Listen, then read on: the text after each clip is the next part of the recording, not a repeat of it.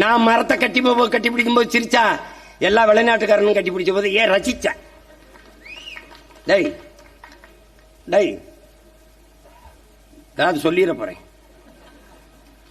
உனக்கு எது சொன்னாலும் வெள்ளக்காரன் சொல்லணும், வேற ஒருத்தன் சொல்லணும். அதுக்காக நான் தீக்குளிச்சாடா வெந்து வர முடியும்? இந்த நோய் இருக்குன்னு எங்க அப்பா நம்மாழ்வார், மகனே இது ரொம்ப பெரிய நோயா இருக்கு.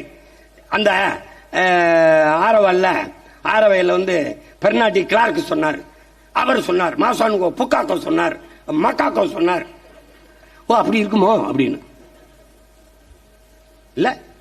இப்போ அரியனஸ்ங்கிற ஒரு வேதியியல் அறிஞர் இதை சொன்னார். அரியனஸ் ஒரு வேதியியல் அறிஞர், நோபல் பரிசு பெற்றிருக்காப்ல. அப்ப தெரியாதான் இருக்கும். சீமா, அவன் சீமா, நம்ம சீமா தானே. நான் இதை மதுரையில் இருக்க ஆயர்கிட்ட போய் சொன்னேன், நான் இவ்வளவு பேசுறேன், சனம் மக்கள் என்னை கவனிக்க மாட்டாங்களேன்னு. அப்படிதான் இருக்கும். உலகம் பூரா இயேசு இறைமகன், சொந்த ஊர்ல தச்சர் மகன் தான், சொந்த ஊர்ல ஆசாரி மகன் தான், அடுத்த ஊர்ல ஆண்டவன்.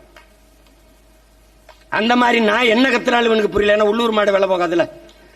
ஒருவேளை இதையே இதர் மே ஷாத் மே ஹே இந்துவா ஸ்வச்சத ட்ரீஸ் வேனா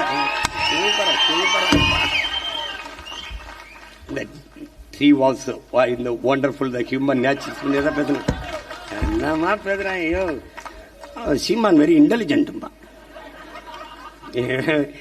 இவங்கள போய் ஏ அப்ப என்னன்னு கேட்டுங்க, இதை வெள்ளக்காரன் பேரை சொல்ல வேண்டியது இருக்கு.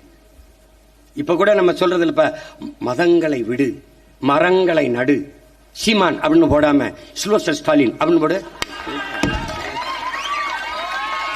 ஏன்னா அவனுக்கு இது நோயாயிருச்சு.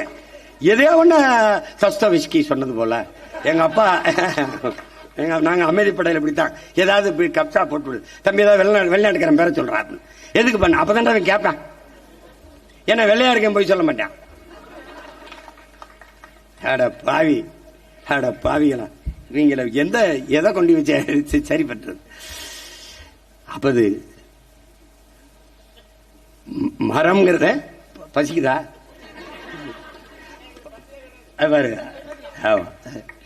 மரம் இருந்தாதான் மழை இருக்கும், மழை இருந்தாதான் அருவி இருக்கும், அருவி இருந்தாதான் ஆறு இருக்கும், ஆறு இருந்தாதான் நீர் இருக்கும், நீர் இருந்தாதான் சோறு இருக்கும், சோறு இருந்தாதான் வயிறு இருக்கும், உயிர் இருக்கும். அதனால இரு.